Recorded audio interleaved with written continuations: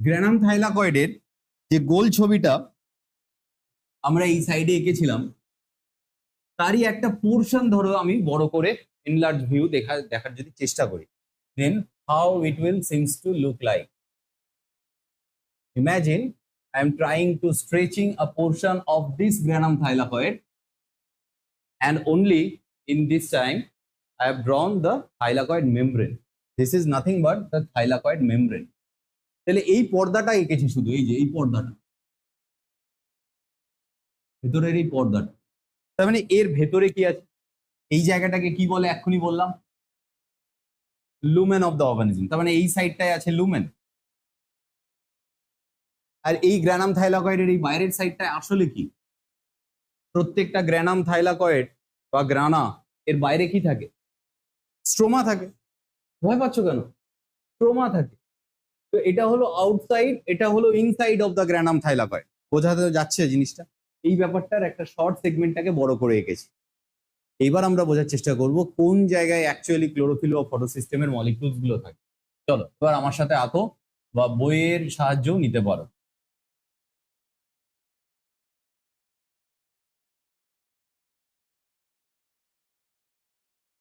এরকম কয়েকটা স্পেস দিয়ে দিয়ে আমরা কয়েকটা কম্পোনেন্ট লিখি।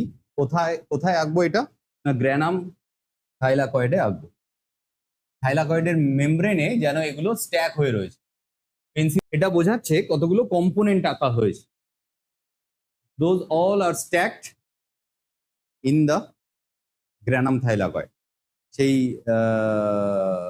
সেল মেমব্রেনের স্ট্রাকচার মনে আছে? কি স্ট্রাকচারের নাম কি ছিল? Fluid mosaic model. এখানে যে ট্রান্সমেমব্রেন প্রোটিন গুলো ছিল অনেকটা এরকম ভাবে ইমপ্রেগনেটেড ছিল, দেয়ালের মধ্যে গাঁথা ছিল।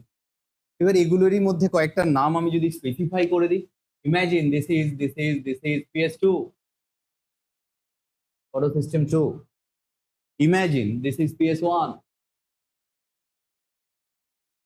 এটা কি? PS1 PS2 এর মধ্যে তো 4-5খানা ডিফারেন্ট প্রোটিন ক্যারিয়ার্স ছিল, রাদার ইলেকট্রন ক্যারিয়ার ছিল। একটা এঁকেছি কেন? হ্যাঁ, শর্ট করার জন্য, জিনিসটাকে ইজি করার জন্য। চাইলেই 5খানা আঁকতে পারি, প্রাইমারি ইলেকট্রন অ্যাকসেপ্টার, প্লাস্টোকুইনন, এসব সবই আঁকতে পারো স্টেপ স্টেপ স্টেপ। দরকার নেই, ইমাজিন করো এটা একটা ইলেকট্রন ক্যারিয়ার, এরকম আরো অনেক আছে। তো this is nothing but electron carrier. আর একটা জিনিস থাকে যেটা PS1 এর পরে থাকে, প্রাইমারি ইলেকট্রন অ্যাকসেপ্টারের কথা বলছি না, এখানে আর একটা প্রোটিন থাকে বা রেদার বলতে পারো এনজাইম থাকে, যে কথাটা ওখানে পড়োনি, সেটার নাম হলো NADP রিডাকটেজ।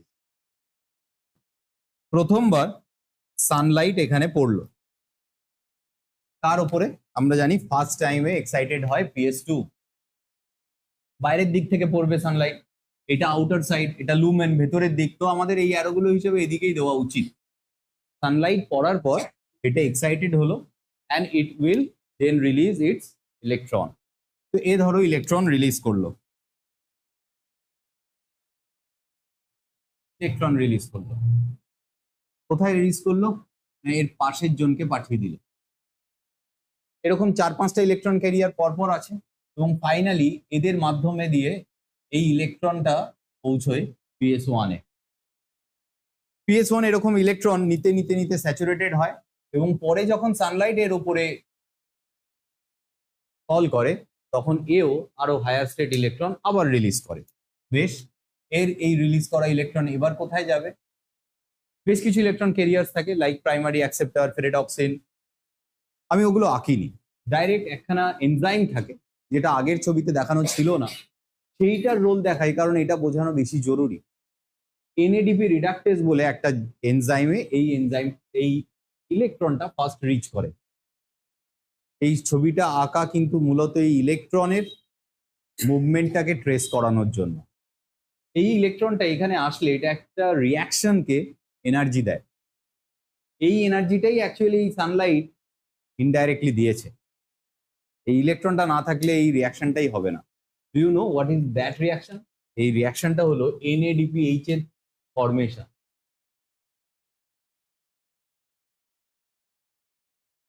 NADP প্লাস, এটার থেকে এই রিয়াকশনের শেষে তৈরি হয়ে যায় NADPH।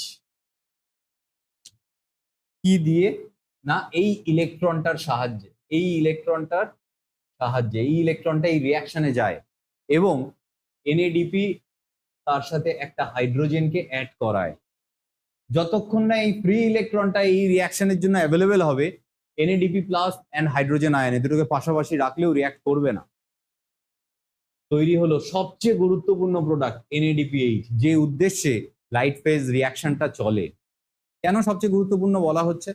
কারণ ডার্ক ফেজে এনএডিপিএইচ লাগে। আজকেই পড়বো ডার্ক ফেজ, আজকে আমাদের টপিকে আছে ডার্ক ফেজ। কোথায় লাগে, এক্সাক্ট রোল কি, সব বুঝিয়ে দেবো। কিন্তু এটা মনে রেখো, লাইট ফেজে মূলত দু একটা জিনিসের জন্য তো লাইট ফেজ রিয়াকশনটা কমপ্লিট করে। NADPH is the main thing, or you can say like that, this is one of the main thing. কোন দিকে তৈরি হলো NADPH টা? গ্রানাম থাইলাকয়েডের কোন দিকে? এটা যদি গ্রানা হয় তার বাইরের দিকে, মানে এই সাইডটাতে তৈরি হলো। দেখো বুঝলে কিনা, লুমেনে নয়। NADP প্লাসও বাইরেই ঘুরে বেড়ায়। এই বাইরে থাকার সিগনিফিকেন্স কি আমি একটু পরে বোঝাচ্ছি। থাকে কি থাইলাকয়েডের বাইরের দিকে, এর সারফেসে থাকা এনজাইমটা জাস্ট ও টাচ করে নিয়ে NADPH অর্থাৎ NADP প্লাস রিডিউস হয়ে যাচ্ছে। বেশ, এই অবধি বুঝলাম। এরপরেও কিন্তু অনেক কিছু আছে, সেই জিনিসটা আমরা অন্যান্য ডিটেলসের দিকে এবার চোখ দিই। এই অবধি যে রিয়াকশনটা দেখিয়েছি, এখানে দুটো জিনিস দেখানো নেই। এক, ফটোলাইসিস, দুই, এটিপির প্রোডাকশন। সেটা কিভাবে হয়, কোথায় হয়, ভালো করে দেখো। এইখানে PS2 যখনই ফার্স্ট টাইম ইলেকট্রন লুজ করছে, যখন ফার্স্ট টাইম ইলেকট্রনটা লুজ করছে তখনই কিন্তু ওকে ইলেকট্রন রিপ্লেসমেন্টের জন্য চলে আসে ওয়াটার, এবং এই ওয়াটার মলিকিউল স্প্লিট হয়। এই যে হাইড্রোজেন আয়নটা তৈরি হলো, এই হাইড্রোজেন আয়নটা যাবে কোথায়, জমছে কোন দিকে? এরকম ভাবে উইথ টাইম যত ইলেকট্রন দিতে থাকবে, এই হাইড্রোজেন আয়নটা কিন্তু জমতে থাকবে। কোথায় জানো? It will try to build a pool inside the lumen of the thylakoid. গ্রানার ভেতরে একটা পুল হতে থাকবে উইথ টাইম, যত সময় যাবে হাইড্রোজেন আয়ন বাড়তে থাকবে। মজার ব্যাপার একটা বলি, thylakoid membrane is strictly impermeable for protons. For protons means any positive charged ions pass করতে পারে না। অন্য কেউ পারে, বিভিন্ন গ্যাসও পারে, বা কিছু বড়সড় কোনো মলিকিউলসের মুভমেন্ট প্রয়োজন হলে সেটা প্রোটিন দ্বারা অ্যাসিস্টেড হয়। এই পার্টিকুলার কোনো প্রোটনস মুভমেন্ট করতে পারে না, অন্তত ইজিলি ডিফিউজ আউট করতে পারে না। এই তো পড়েছে ফ্যাসাদে। সময়ের সাথে সাথে তো হাইড্রোজেনের পরিমাণ বাড়তে থাকবে, আর বেশি বেড়ে যাওয়াটা ভালো না, অ্যাসিডিটি বাড়বে। তো ইনসাইডটা আউটসাইডের রেসপেক্টে অ্যাসিডিক হয়ে যাবে না? দুটো জিনিস হবে, এক তো ইলেকট্রিক চার্জের একটা ডিসকন্টিনিউটি আসবে, একটা গ্রেডিয়েন্ট জেনারেট হবে। কেন না, উইথ টাইম প্রোটন গুলো সব এদিকে জমছে, তো রেসপেক্টিভলি মেমব্রেনের লুমেন সাইডটা বেশি পজিটিভলি চার্জড হবে, আউটসাইডটা রেসপেক্টিভলি কম পজিটিভলি চার্জড হবে। আমি বলছি না এখানে নেগেটিভ চার্জ হবে, কম পজিটিভলি চার্জ হবে। তাহলে একটা ইলেকট্রিক গ্রেডিয়েন্ট জেনারেট হবে, প্লাস অ্যাসিডিক গ্রেডিয়েন্টও জেনারেট হবে। আর এই হাইড্রোজেনটা শুধুমাত্র ফটোলাইসিসের মাধ্যমে আসে না, জানো? যতবার ইলেকট্রন এই বিভিন্ন ইলেকট্রন ক্যারিয়ার্স এর মধ্যে দিয়ে যায়, তখনও হাইড্রোজেন একটা একটা করে ঢোকে। আরে মজার ব্যাপার হলো, হ্যাঁ এরকমই হয়। এই হাইড্রোজেন বাইরের থেকেও এই ভেতরে ক্রমশ ঢুকতে থাকে এবং এই পুলটাকে ক্রমশ রিচ করতে থাকে। এখানেও কিন্তু হাইড্রোজেন ঢোকে। যখনই একটা ইলেকট্রন যাবে, একটা হাইড্রোজেন আয়ন ঢুকে যাবে, এর সাথে এটা কাপলড হয়েই ঢোকে। এবার উইথ টাইম এ তো সব হাইড্রোজেন এই সাইড থেকে ড্র করে নিয়ে চলে আসবে। ধরো বাইরের দিকেও এরকম একটা হাইড্রোজেনের পুল আছে, এবার এই পুল থেকে একটা একটা করে হাইড্রোজেন ইলেকট্রন কেরিয়ারের মধ্যে দিয়ে যখন পাস হয় তখন ঢুকে যাচ্ছে। আবার এর মধ্যে একটা একটা করে হাইড্রোজেন এই ক্ষেত্রেও আসে যখন এনএডিপি প্লাসকে রিডিউস করতে হয়। তাহলে এই নন সাইক্লিক ফটোফসফোরাইলেশনটা যদি উইথ টাইম চলতেই থাকে, এই আউটসাইডের হাইড্রোজেন পুল খতম হয়ে যাবে, ইনসাইডের হাইড্রোজেন পুল বিশাল বেড়ে যাবে। হবে কিনা বলো? গ্যারান্টি হবে। তাহলে there must be any system present in that particular thylakoid or grana which actually help in balancing positive negative charge as well as acidic basic charge. Charge বলা উচিত না, pH, balance in the pH. এখানে with time দুটো gradient generate হয়ে যায়। Gradient মানে গাঢ়ত্বর পার্থক্য। একটা হলো আয়ান্সের গ্রেডিয়েন্ট, যেরকমটা দেখছি উইথ টাইম 10টা 20টা 100টা 200টা হাজার হাজার হাইড্রোজেন আয়ন জমে যাবে। তাহলে একটা চার্জের গ্রেডিয়েন্ট হচ্ছে না, পজিটিভ চার্জ এখানে বেড়ে যাচ্ছে না, তার সাথে পিএইচ এরও গ্রেডিয়েন্ট জেনারেট হয়। এটা অ্যাসিডিক হচ্ছে ক্রমশ। পিএইচ যত ডিপ করবে তত অ্যাসিডিক হবে। একটা সার্টেন লেভেলের নিচে চলে যাওয়াটা ভালো না, এর ফাংশনালিটি লস করবে, ঠিক কিনা বলো? প্রত্যেকটা সিস্টেমে, সেলুলার সিস্টেমের, বায়োলজিক্যাল সিস্টেমের একটা পার্টিকুলার পিএইচ রেঞ্জে কাজ করার ক্ষমতা আছে। আমরা এনজাইমে পড়িনি বলো? এখানেও তো অনেকগুলো এনজাইম আছে, যেমন এনএডিপি রিডাক্টেজ, এটা তো একটা এনজাইম, তার তো একটা নির্দিষ্ট পিএইচ রেঞ্জ আছে। এই সমস্ত ব্যাপারটাকে ব্যালেন্স করে একটা মারাত্মক এনজাইম, যার নাম হলো F0F1 particle. It is also known as oxysome. It is also known as ATP synthetase. This is that vital enzyme which is responsible for the production of ATP in expense of hydrogen ion. এমনি এমনি ফ্রিতে ATP তৈরি করে দেবে না, ও সেলকের সঙ্গে একটা ভদ্রলোকের চুক্তি করেছে, শোন আমি তোকে একটা উপকার করে দেবো, কি না আমি এই রিয়াকশনটায় তোকে হেল্প করব, আমি সবুজ পেনটা নিই, এই রিয়াকশনটায় হেল্প করব। কি হেল্প করব না, বাইরের থেকে এডিপি নেব আর বাইরেই এটিপি করে ছেড়ে দেবো, তুই পরে এই এটিপিটাকে ডার্ক ফেজ রিয়াকশনে কাজে লাগাতে পারি, কিন্তু শর্ত আছে, আমি তোর কাছ থেকে কিছু নেব। সেল বললো কি নিবি? ও বলল আমি আমি হাইড্রোজেন নেবো তোর কাছ থেকে। হিসেব করে দেখা গেছে প্রত্যেকটা এক একটা এটিপির জন্য গড়ে 3টে করে হাইড্রোজেন বাইরে বেরিয়ে যায়। সেল তো সঙ্গে সঙ্গে বললো পেন ফেন নিয়ে আয়, নিয়ে আয় নিয়ে আয়, আমি সই করবো। আমার তো এটাই দরকার ছিল, হাইড্রোজেনটাকে বের করার রাস্তা পাচ্ছিলাম না। দেখো কি সুন্দরভাবে পুরো সিস্টেমটা ব্যালেন্স হয়ে গেল। এই যে হাইড্রোজেনটা এর মধ্যে দিয়েই কেবল বাইরে যাচ্ছে, এটা অ্যাকচুয়ালি আবার কোথায় অ্যাড হয়ে যাচ্ছে? এই পুলে অ্যাড হয়ে যাচ্ছে না? ফলে উইথ টাইম এই দুটো পুল একটা ইকুইলিব্রিয়ামে থাকতে পারে, এটা আমরা আরামসে বুঝতে পারছি। ব্যাপারটা এবার পুরো কনসাইজ করো। সানলাইট পড়লো, ফটো সিস্টেম রেসপেক্টিভলি অ্যাক্টিভেট হলো, ইলেকট্রন ক্যারিয়ার্স এর মধ্যে দিয়ে ইলেকট্রন পাস করলো। এই পুরো প্রসেস হওয়ার সাথে সাথে এই ভেতরের দিকে কিছু আয়ন্স জেনারেট হতে থাকলো, প্রোটনস জেনারেট হতে থাকলো, যে প্রোটনস গুলো পরবর্তীকালে কেবল একটাই গেটওয়ে দিয়ে বাইরে বেরোতে পারে, and that is oxysome, a certain enzyme. এটাও এনজাইম, কিন্তু সেই সময় ওই দরজা দিয়ে ও বেরিয়ে গেল, এবং ও বেরোনোর সময় যে শক্তিটা তৈরি হয় সেটাই একটা এডিপি আর ফসফেটকে এটিপিতে কনভার্ট করে দেয়।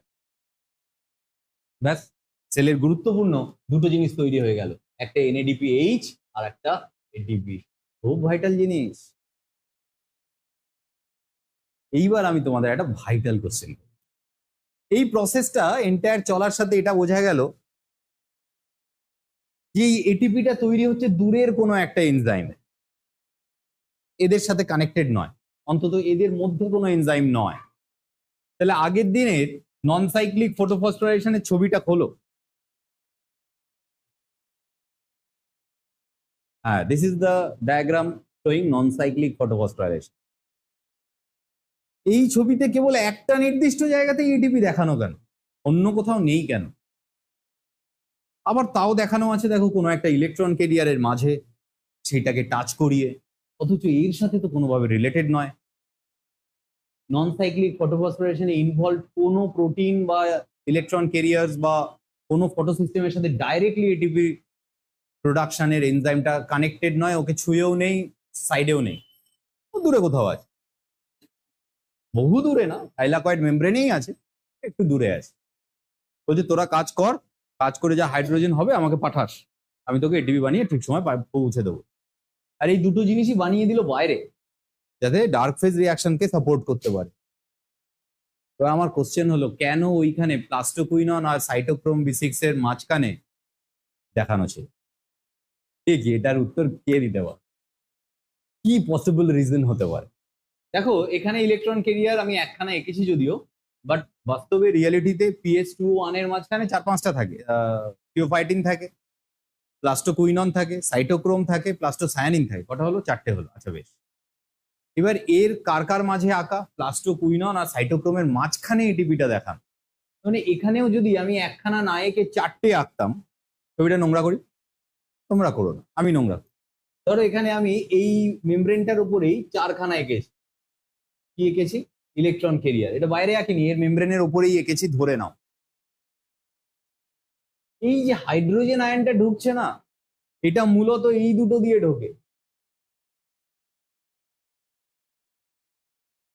বাইরের এই হাইড্রোজেন আয়ন যখন ইলেকট্রনটা ক্যারি ফরওয়ার্ড হচ্ছে, প্লাস্টোকুইনন আর সাইটোক্রোম B6 দিয়েই ঢোকে, এই দুটো দিয়ে ঢোকে না। এর জন্য যেহেতু এর মধ্যে দিয়ে যাওয়ার সময় বেশি করে হাইড্রোজেন ঢুকে যায়, তুলনায় এখানে বেশি পুলটা জেনারেট করে ফেলে, তাই এ বেশি রেসপন্সিবিলিটি প্লে করে এটিপি প্রোডাকশনে। সেই সিগনিফিকেন্সটা দেখানোর জন্যই কেবল এর পাশে আঁকা, নাহলে এনএডিপির কিন্তু ওই জায়গাতেও এটিপি প্রোডাকশন দেখাতেই পারত PS2 কে টাচ করিয়ে, কারণ ওটাও ট্রু। অন্তত এই আজকে দূরে এখানে দেখানোর মূল উদ্দেশ্য হলো এই দুটো প্রোটিন প্লাস্টোকুইনন আর সাইটোক্রোমের মধ্যে দিয়ে যখন ইলেকট্রনটা এরকম ভাবে পাস করছে একজন একজন একজন একজন করে, এর মধ্যে দিয়ে অ্যাকচুয়ালি হাইড্রোজেনটা ঢুকে যায় বাইরে, তখন বেশি করে হাইড্রোজেন এর পাশে চলে আসে। ঠিক আছে, ওর জন্য ওদের দুজনের মাঝখানে ভদ্রলোকের চুক্তি, তোরা বেশি খাটছিস, তোদের পাশেই আমরা সম্মান দেওয়ার জন্য রেখে দিলাম, এইটাই মূল কারণ।